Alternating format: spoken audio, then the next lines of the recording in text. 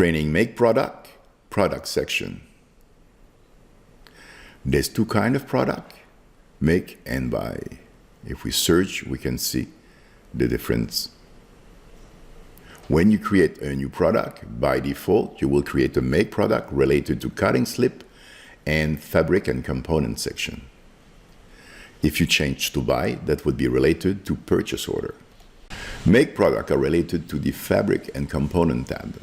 To add a fabric, add. We enter the use, like a sale fabric, the code from fabric database, the default quantity. We save.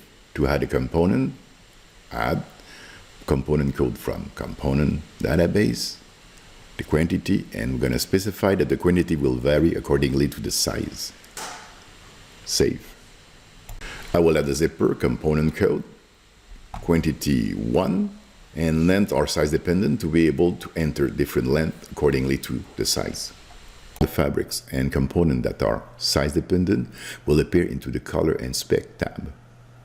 The length and specification for component, I will close this panel to see better. We're going to select the zipper and exit to be able to change the length per size. In the panel quantity specification for component, we'll select the button and add an extra button to the larger size.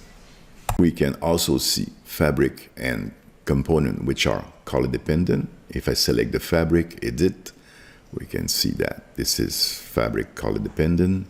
Same thing for the zipper, color dependent. To set the different color of component and fabric, we go in color inspect tab, select the color, exit, and we can choose the different available color.